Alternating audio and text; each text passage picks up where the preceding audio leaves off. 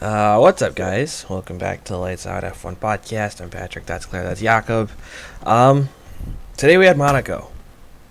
I want to know first your guys' ratings out of 10 for the race, or sorry, the weekend as a whole, the race, and then qualifying. Weekend as a whole, I mean, it was a celebrity spectacle, as it always is. As a whole, I would give it an 8, just because I love Monaco, just for the views, where it's at, the people that show up, the yachts. Qualifying was like an 11 out of 10, maybe. I don't know. Like, yeah, that was amazing. Great. The race, probably, because it's Monaco and you don't expect much, it was a lot better than I thought it was going to be. So we'll go with like a 6. Nice. Yeah. Jakob? Weekend as a whole, like 7 on 10. Give quality probably like a solid 9 on 10. Like that Q3 was like solid, Yeah. and I'll give the race a good. The second half of the race was the more exciting part, so I'll give it an 8, just Okay. because it didn't really look like it was going in. It was pretty much a train until like it started Oh, yeah. raining, so I'll give it an 8. Yeah. I'd say probably right with you guys. I mean, Claire said an 8, you said a 9, so like for me it'd probably be an 8. I mean, it is Monaco. We weren't expecting many overtakes, but we got some action. Quite a few crashes in the Logan Sargent Yeah. getting overtaken Oh by my god, dude! It 3 wasn't cars even and, like, overtaken. He like 2 I think laps. the commentators had it right. He wasn't getting just like the dude was getting robbed. He lost his keys, then his wallet, his clothes, his house, everything. He just lost it all. Yeah. But yeah, so weekend overall probably a good 8. Qualifying for me was a solid 10 out of 10. Like the Yeah. Esteban Ocon setting the pace was unexpected towards the end of it, and then Oh, Leclerc, yeah, him Alonso. getting Yeah, podium, yeah. just And that so does make the race Yeah. weekend better. qualifying Yeah. was amazing. And the race was, I'd give it a solid like 6. Normally I think most Monacos for me are probably like a 2 or a 3, just because there's not much that happens, but this weekend we had quite a bit of stuff happening, which is nice. And shockingly, we didn't get a safety car. Yeah, true. But we are seeing a trend, and I think it's pretty fair to say that qualifying this year is more fun than the race. And I feel like, maybe the cars are, like, I think the Red Bull is just not as good as qualifying, but what are your guys' thoughts on that? I mean, they have great race pace, far better than anything, and a lot of teams like can try to get to that quali pace that Red Bull is lacking. Even though Max somehow pulled it out, so they're better overall, Red Bull. But sometimes they can get someone else sneaking in during qualifying, like Esteban. Crazy. That was wild. Jakob? I think the cars are just sort of like no one's touching the Red Bull, at least on race pace Yeah. for this season. It's just like just dead medium tires, and he was still gapping Alonso by like a second a lap during the dry stint. So I just think the cars are also like it's like I think in Miami and like even in Azerbaijan we saw the cars are just developing in a way that like it's just going back to the fact that it's going to take a lot to get overtakes done. Yeah.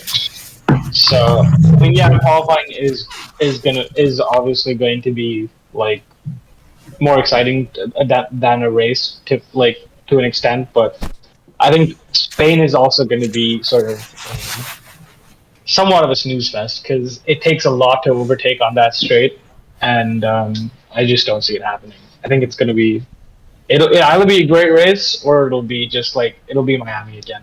Yeah, that's fair. So let's just get right into this part because I know you're excited about it. Mercedes brought the new upgrade. Oh yeah, So go ahead and give us your thoughts on it. dude. It's not got us to the front, obviously. I'd say it's gotten us pretty solidly ahead of Ferrari because Ferrari it didn't seem any pace today. Ferrari didn't seem to have any pace today. Ferrari just seemed like they dropped off. Like it was like wow. So I think I think we're gonna get ahead of Ferrari in the title fight. We're 1 point off Aston Martin. Yeah. In the championship. So I think they probably blew the majority of their budget on this this upgrade. Yep. I think if you can develop a little bit and get it up to at least competitive with Aston Martin, we'll be good to go this season. Mm-hmm. Realistically, we're not touching right now. Yeah. So one thing that I was pointing out to Claire is that these side pods kind of remind me of like the turbo hybrid era, like side pods that the Mercedes used to have. And I'm not sure if you have looked overly technically into it, but they also have like the beginnings of what is in essence a barge board on there. So I'm kind of wondering like, what are your thoughts on that too? As long as the FIA and Red Bull don't protest it, we're fine. I'm fine with it. Like if it makes the car faster, go for it. And I think if they're developing towards a concept where it's sort of a turbo hybrid sort of side pod and also like a turbo hybrid, you have a little bit of barge boats on the sides of the car.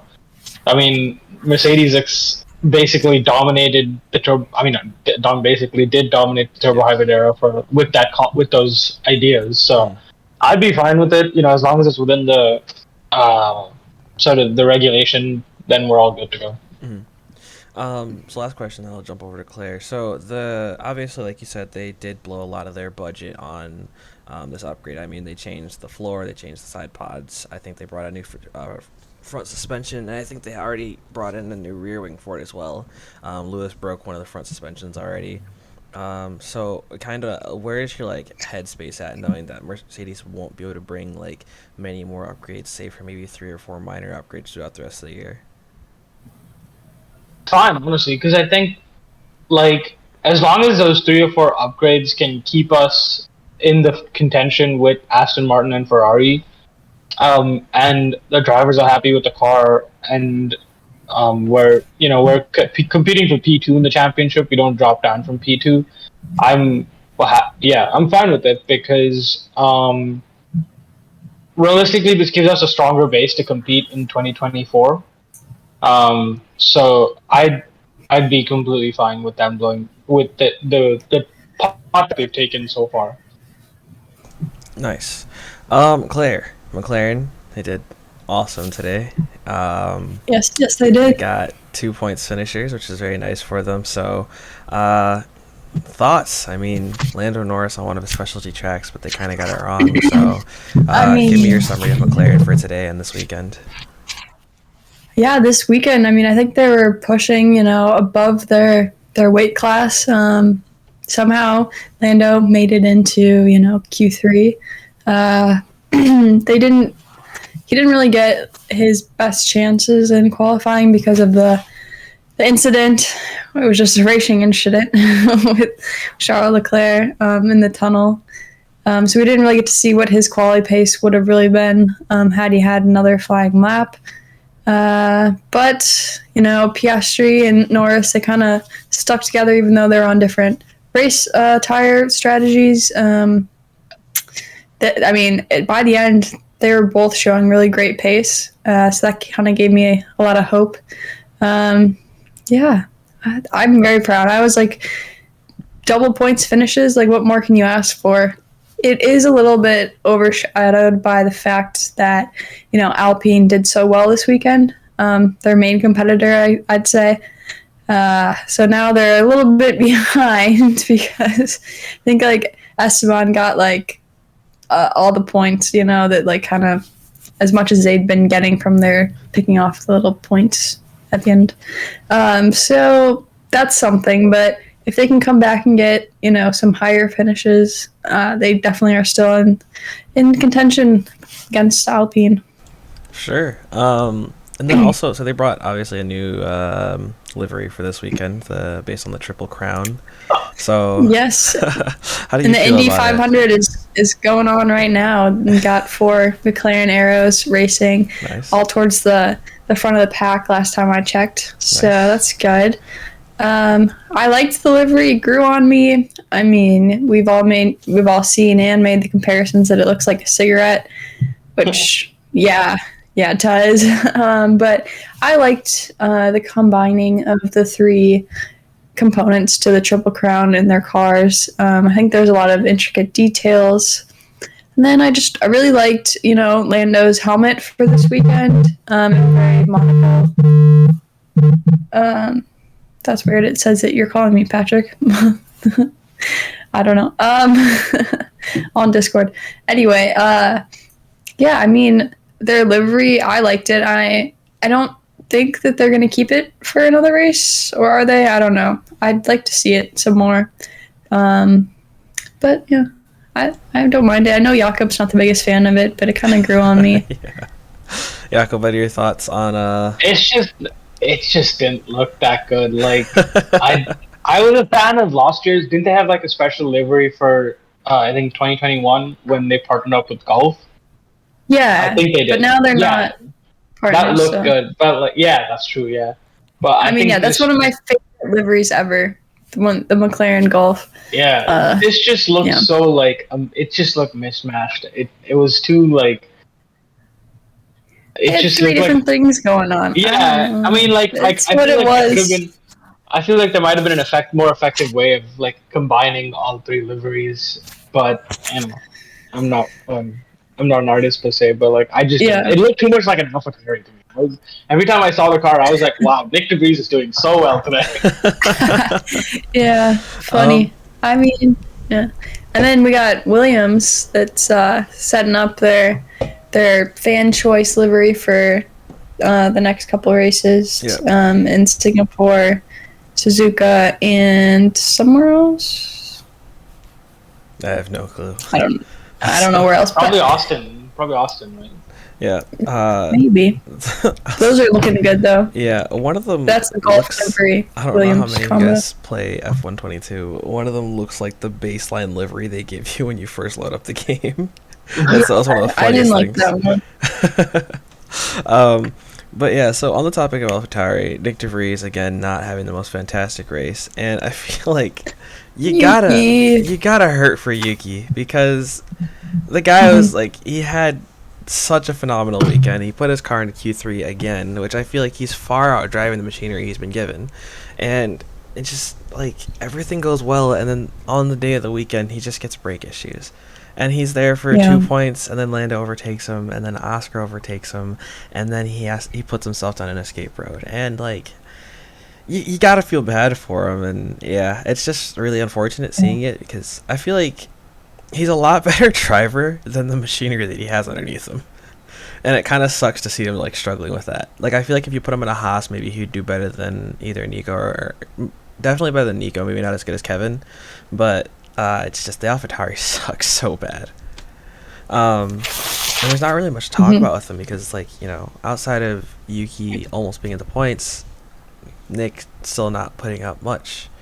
And we can't say that it's, because he hasn't driven the track before, because I think he's driven the track more times than Yuki has, actually. So, like, you can't use that as your excuse, and you can't say it's just because the AlphaTauri is bad, because Yuki put it into Q3. So, it's really just him really struggling to come to grips with the car.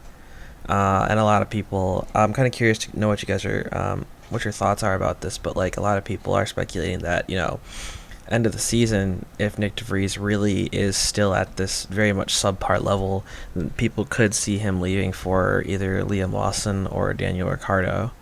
If of course, that's Daniel Ricciardo's one way back into F1 next year.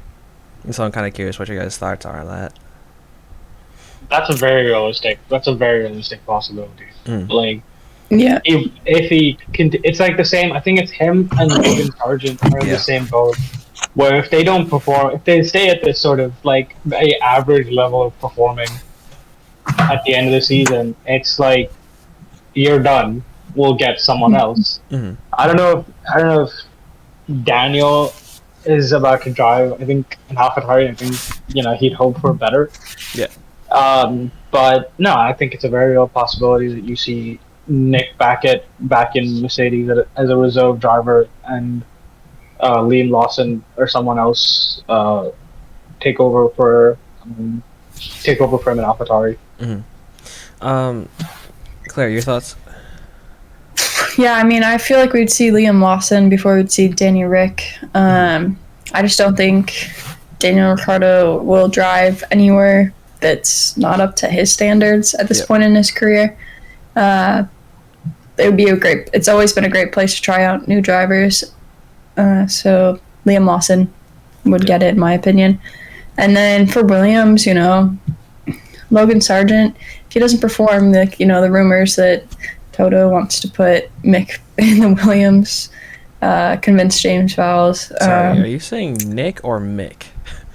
Mick. Okay. Yeah, no. I think, they'll be happy to have Nick back as a reserve driver, potentially. Yeah, but I think that relationship got a little strained, when Nick decided to go. Okay, so here's another thing I'm curious about. Let's say this is a possibility. Nick DeVries doesn't do well by the end of the year for AlphaTauri. What if we see him move into the Williams seat, Logan Sargent move out, and then Red Bull takes one of their junior drivers into that seat for the AlphaTauri seat? Do you think, though, that Williams wants Nick DeVries? I feel like they could, just because he already scored them a couple points in 2022, so he knows how to drive that car in specific. And quite frankly, I think it's okay to say that the Williams is better than the AlphaTauri. Not by much, but it's better.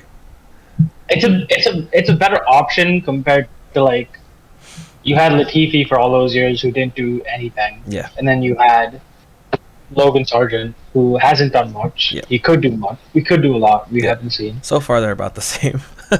Yeah. So far, all we've done is sort of drive around and crash. Yes. But it benefits you in the sense that Nick DeVries has experience in that car. He's driven that car. He'll hit the ground running per se.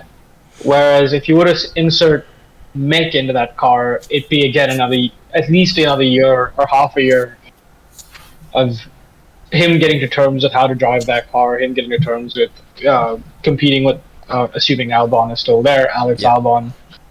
So, I mean, there's advantages and disadvantages. Personally, I wouldn't put either. I'd try and go and get Frederick Besti back in that. Try and get Frederick Besti that F1 seat, see how he can perform at F1.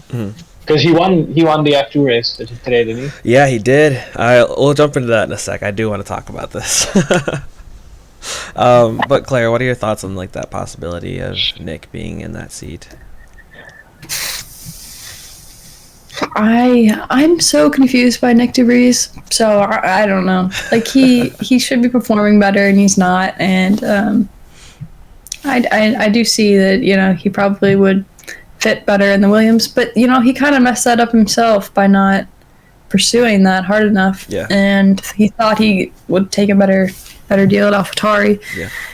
So I don't know, what I'm sure everyone's very professional with their relationships and whatnot, but yeah. I don't know if he fits in the F1 world. Yeah. To be honest, I feel like he might just be one of those drivers that drives in other series and does really well. That was one thing I was going to ask, just can't make it in F1. Yeah. One of the things I wanted to ask you guys is Nick DeVries one of those drivers maybe a Jan Magnussen or these other drivers who have been notoriously awesome when it comes to the feeder series, but then when it actually comes to that final step in F1, they're just not there. I mean, it feels like that is Nick DeVries now. Yeah, and I feel kinda. I mean, Roman Grosjean, he's killing it in Indy. So there are other places to race. At a certain point, it's kind of you gave it your all, you did your shot, and you just weren't very good. Yep. In F1, so I don't know. Okay, so jumping over to F2 for a moment, because this is probably the more exciting prospect. Formula 2 has one of the most highly contested championships I've seen in a while. We have 3 people fighting for the championship in 3 different academies, so it's just really nice. Federico Vesti, of course, just took the lead of the championship by winning the Monaco feature race. Right behind him is probably my favorite driver of the F2 grid this year, Ayuma Iwasa from Japan. And behind him is, I think, everybody's favorite playboy, Theo Pourchaire. And so all three of them are fighting for the championship this year, and all three of them are expected to win, especially Federico Vesti, given that I think it's his third or fourth year in F2. But they're all showing some mega pace, and so I'm kind of curious, like, another thing. So Ayume Vasa, of course, is for the Red Bull Academy, Federico Vesti for Mercedes Academy.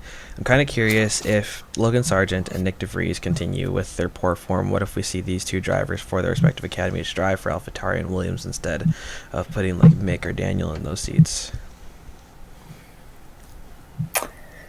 It's all for them to decide, you know. Yes and no, but there's also like a lot of reserve drivers who have been out of F2 Yep. For a year or so that are lined up and ready to go. There's so much talent actually just in the waiting, and we only have 20 seats. Yes. It's very challenging for team principals, I bet, trying to, you know, weigh the pros and cons and figure out who will, because it's all just a gamble at the end of the day. Yep. There's only a few like known entities, and at the end of the day, it's all very unpredictable, predictable anyway. Jakob.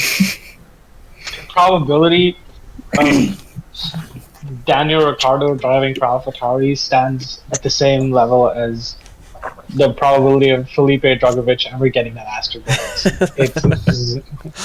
I feel like if it's his only way into F1, I feel like he wouldn't take, like, if like there's no seats next year on the grid, I feel like it wouldn't not be a possibility. I think there will be. I think he I think Red Bull is starting to look like a very realistic option for him, because the fact that Perez got lapped twice today by Max is, and Max, Max clearly just doesn't want Perez as his teammate anymore. He can pretend like Perez can pretend like he's a championship contender, but realistically, he's not. I mean, this is just Monaco, though. Like, he made a mistake in qualifying, and that will cost you. But that doesn't mean he's not in contention for the championship. He is not in contention. Do you honestly? No, he's not. He's a good driver. I'm not saying he's not a good driver. I'm saying, do you honestly believe that he's in championship contention? Yeah. I mean, yes. Oh, yeah. It just takes Max one DNF, and then they're right back where they were. I don't know. After qualifying, they knew he wasn't going to get points, right? Because you can't start P20 at Monaco unless there's a huge crash and get points. But he did everything they asked him. He pitted like 5 times. I just think, true. He did do all that. I just think that Max is just too good of a driver, too way better than Perez, that he just like, maybe he'll have a DNF or two and it'll look like Perez will be in championship, on points wise, it'll look like he's contending. But come the end of the season, like, Max will win it out solely because, taking Miami for example, right? What Perez led the entire race was, for most of the race Perez led, Max came from P9 and still beat him.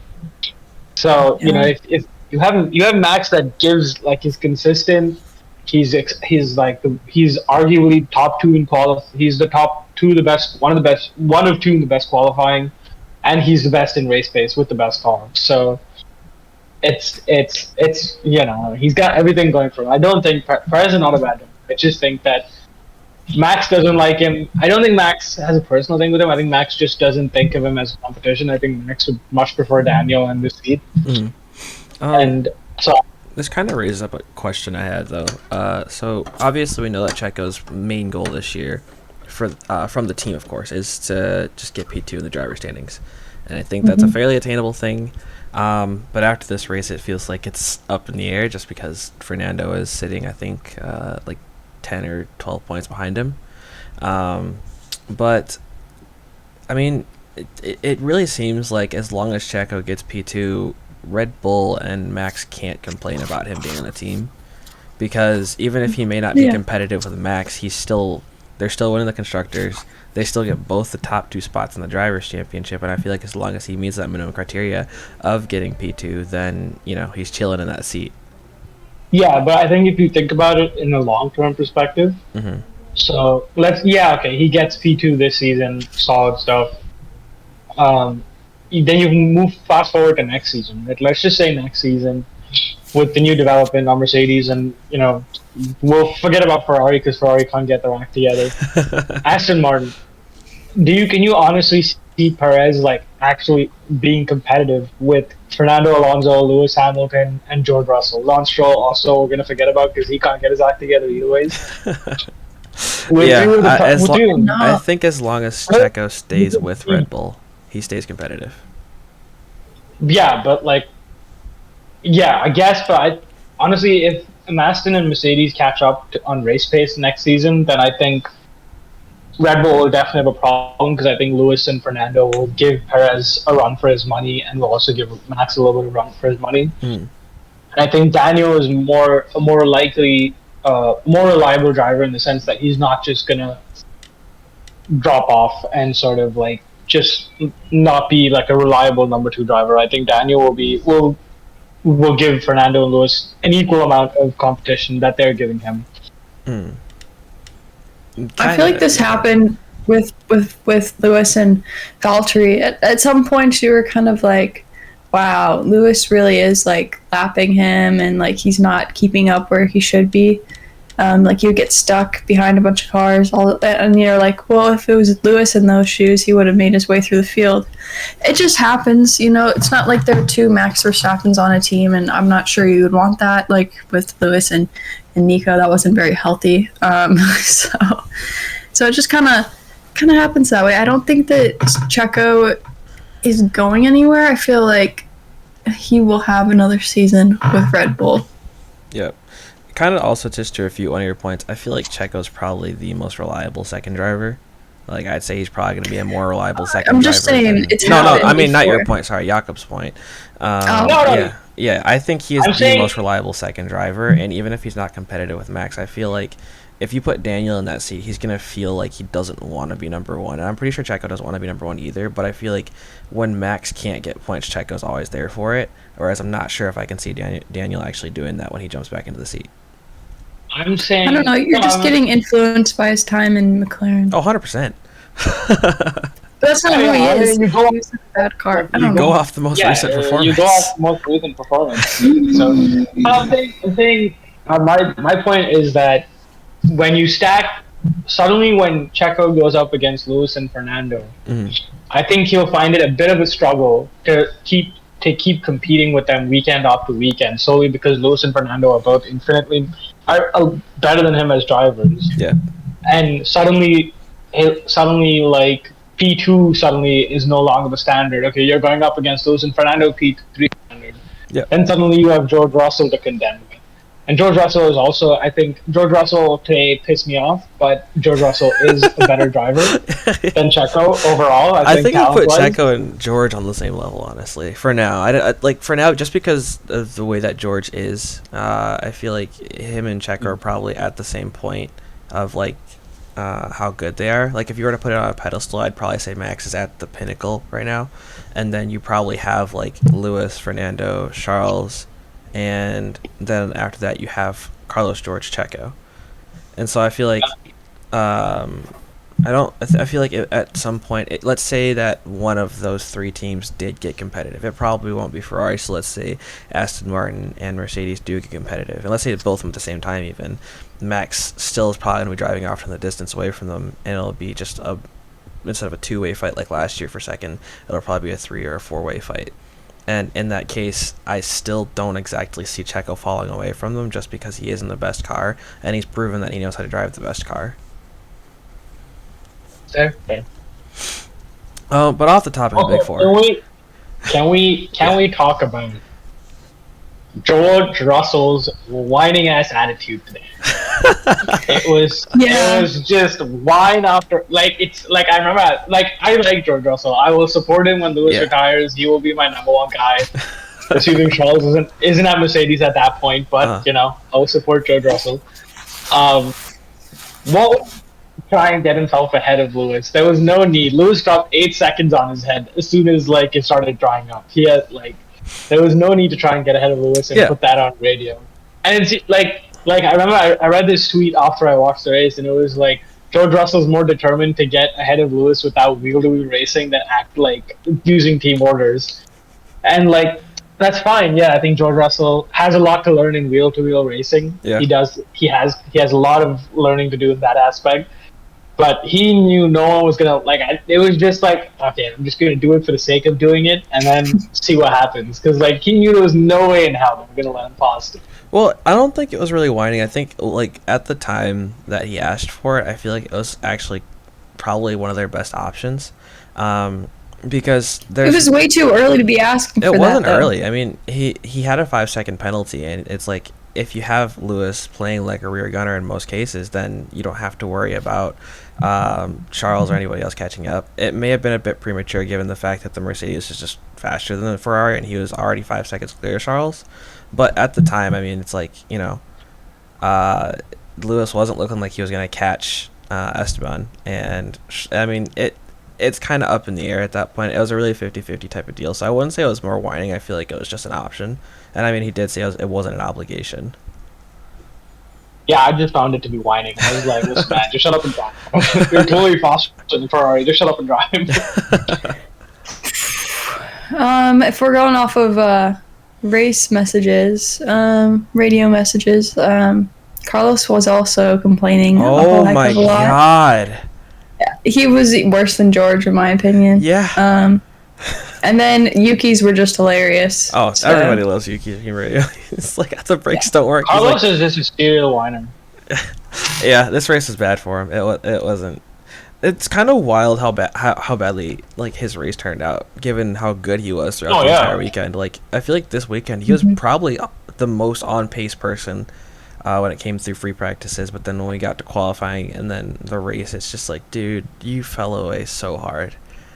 Yeah, and it's also like it's that combined with the fact that Ferrari are so determined not to like screw up that like they just can't do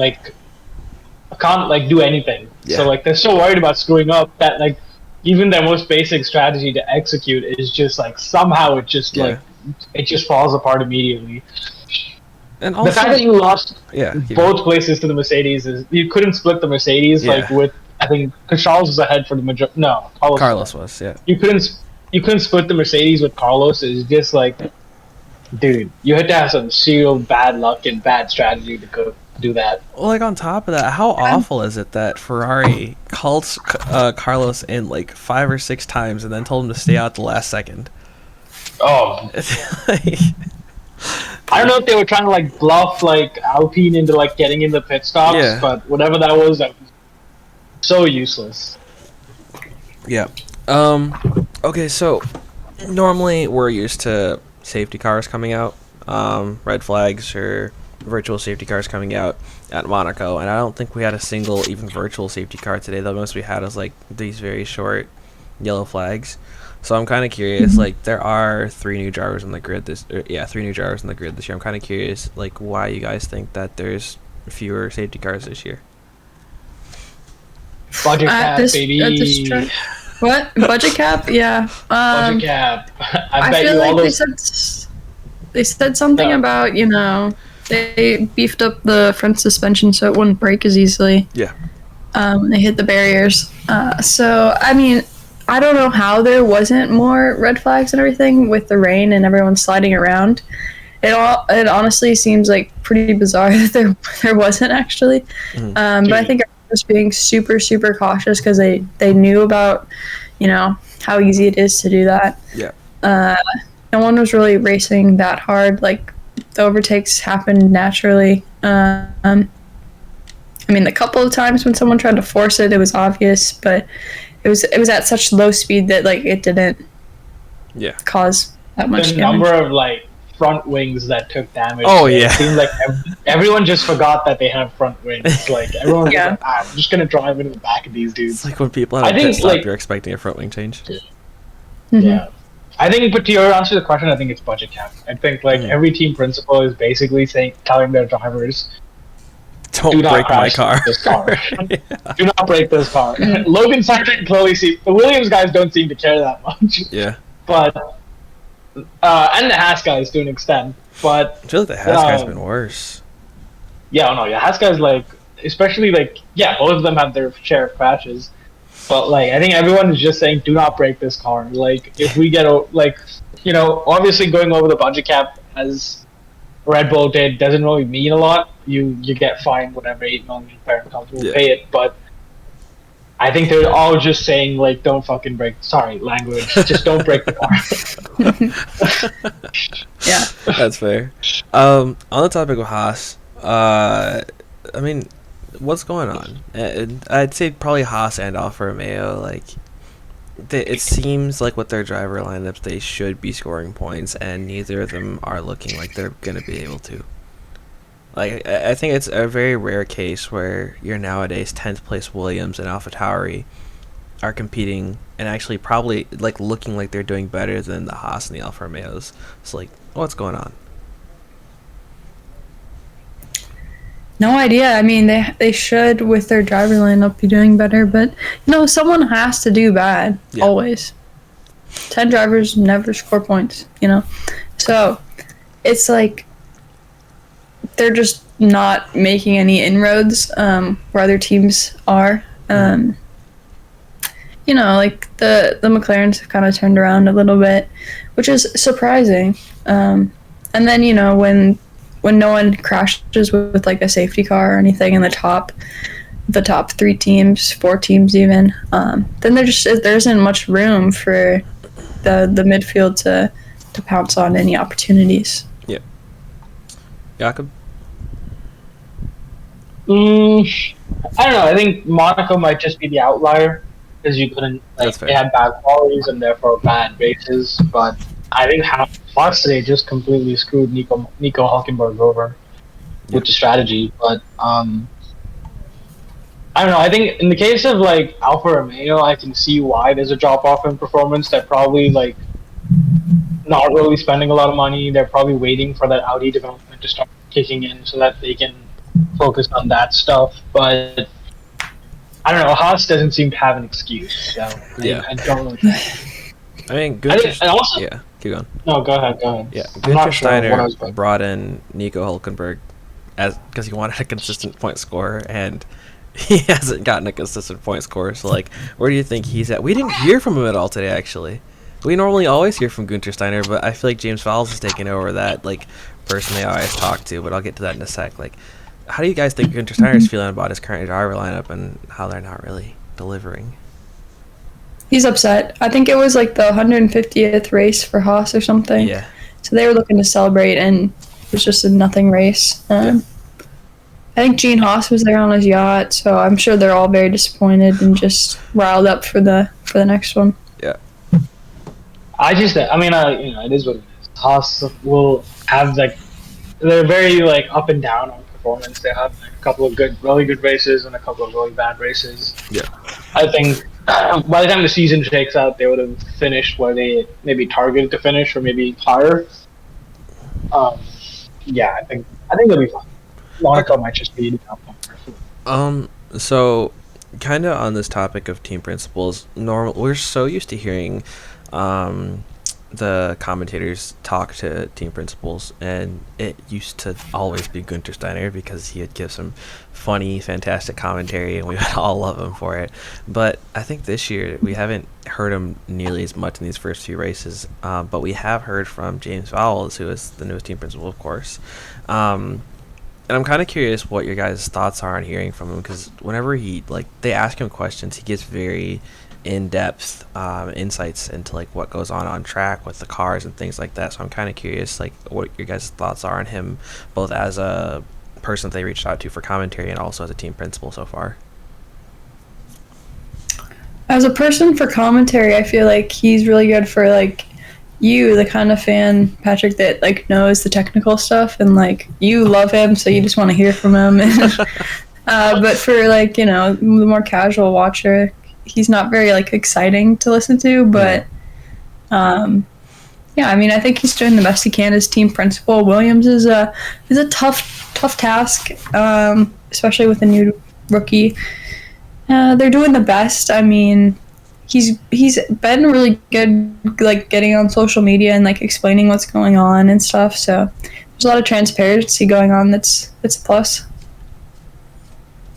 I think it's better than listening to like Christian Horner and Gunther Steiner. I Like, think you think anyone's better than listening Better to Christian than better Horner. than better yeah, than pretty listening much. to Otmar as well. Oh, true. I can't Yeah, it's stand true. it It's when he better than comes listening on. to pretty much every team principal. Like, Hmm. honestly, I'd rather listen. Like, cause I was watching his press conference as well, and like, it's like he like explains it in like such a simplistic manner that you're getting it, you're understanding. Like, so like a casual F1 viewer who doesn't really know too much about the technical side of things suddenly knows what it means when the track is ramping up. Suddenly knows what that means.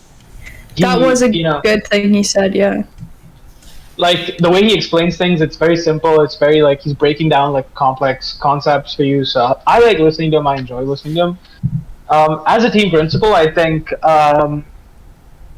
he's doing a good job. Like arguably, he's doing the best he can with what he's got. I think in his press conference, like over the weekend on Saturday or Friday, he said that it's not like for us. It's not a matter of a couple months. It's a couple years. The project is going to take a couple years. He said our investors understand that now. I think realistically, he's got like a lot of work ahead of him. I don't think they have a chief technical officer yet. No. So he's got like a lot of work ahead of him. But I think right now, primarily, I think his target is that technical officer position and finding a driver that he can secure long term. Because whether that's, I think Albon is that guy, but also they need like Logan Sargent is not his pick, so I don't think Logan Sargent manages to keep the seat next year. I think probably you'll see someone like Vesti or Vic hop in that seat and sort of get a couple years on, like what George Russell did essentially. Yeah. Okay, so I think so. One thing that James Vowles has talked about is the chief technical officer position. I think he's talked about it a lot in his past few interviews, and one of the things he keeps referencing is that like it might be one person, it might be two, but he is taking his time evaluating every single option possible for it, and he is like thinking of, do I want just that one chief technical officer like a lot of other teams have, or am I going to split this into two separate roles so that we can like build a much stronger foundation for the future? And I think he's talking about like it's a 4 or 5 year plan, because they're definitely not expecting to do well this year, maybe even next year or whatnot. But when it comes to the drivers, the other thing he's talked about is that he actually does have a lot of faith in Logan, and that he does plan on like talking, keeping him for the long term, and experimenting with his growth, because that's kind of what Williams does.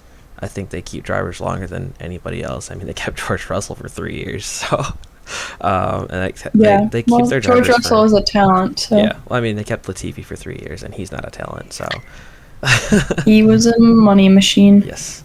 Exactly. But yeah, and so it's not like Logan Sargent is he doesn't have like these fantastically rich parents like Latifi does. He just has a lot of really good American sponsors.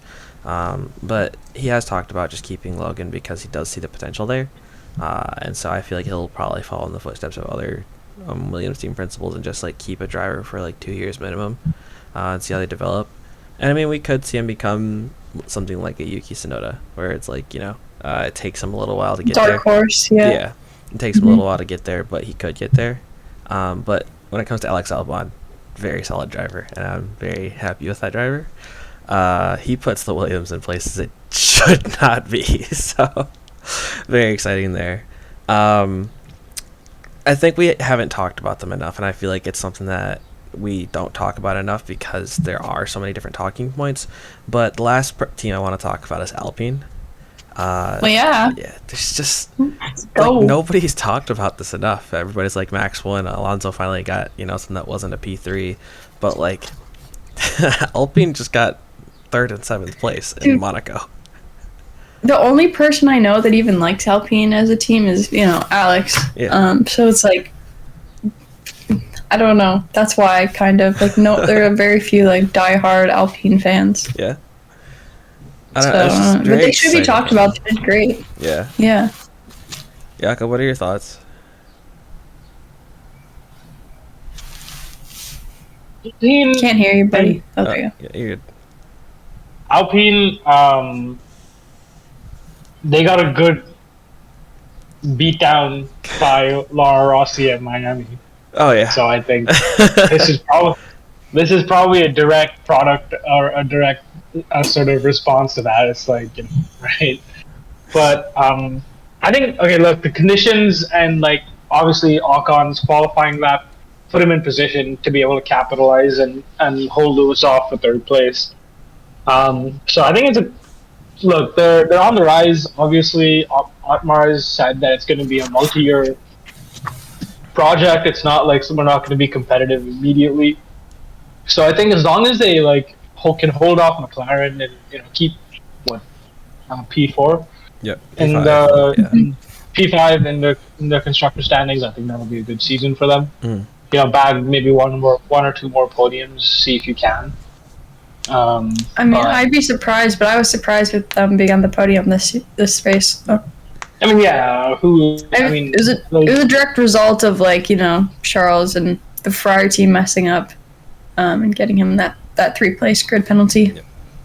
One thing I am curious about, though, is so Alpine obviously is one of those teams that is in their third year, I want to say, of their 100 race plan to be competing for podiums, and I feel like this year they've taken a massive step forward compared to last year.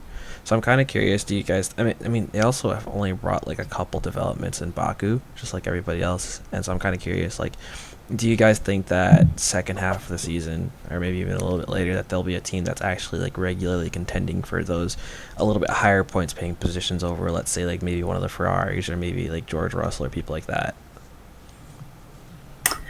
Personally, I don't think so. I mean, it totally could happen, I guess, but I just don't see them doing that somehow. I mean, great drivers, but I feel like the car's very unreliable right now. I'm glad that they got this highest point scoring finish, but I feel like it's like more of like a one-off. I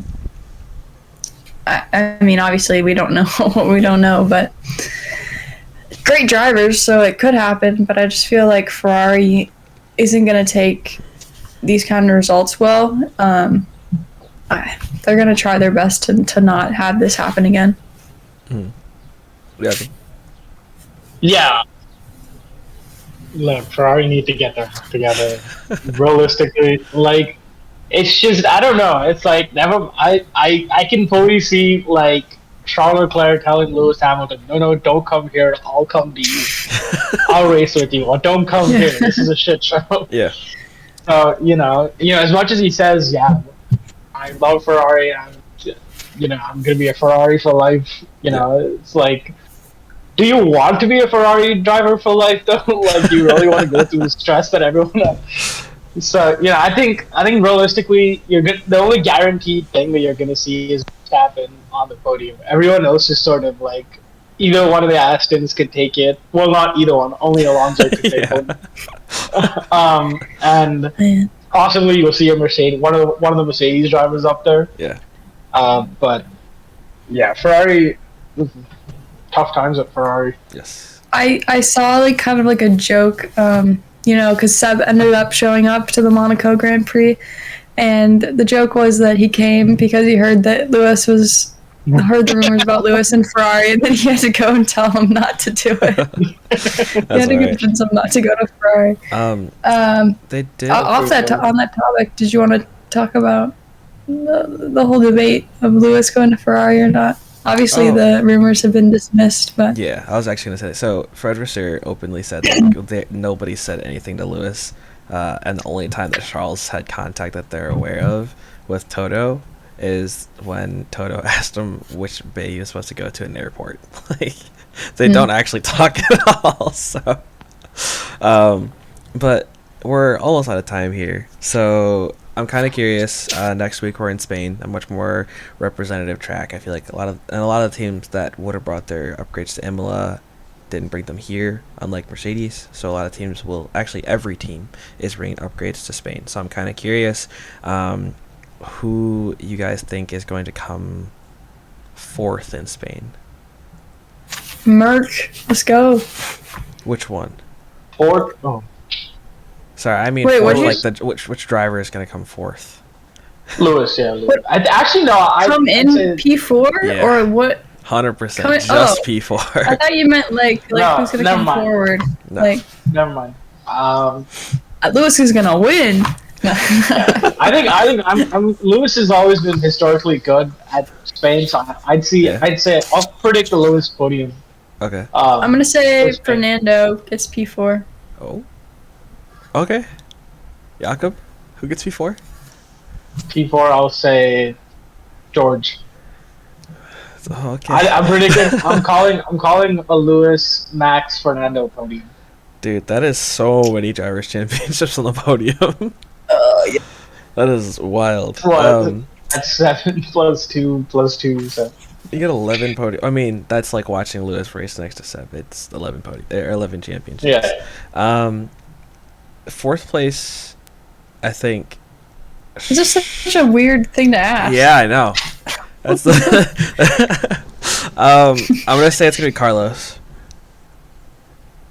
Okay, Wait, you think? Don't sorry, before we quit, don't Ferrari have like a big upgrade coming where it's supposedly changing the concept of their car and stuff like that?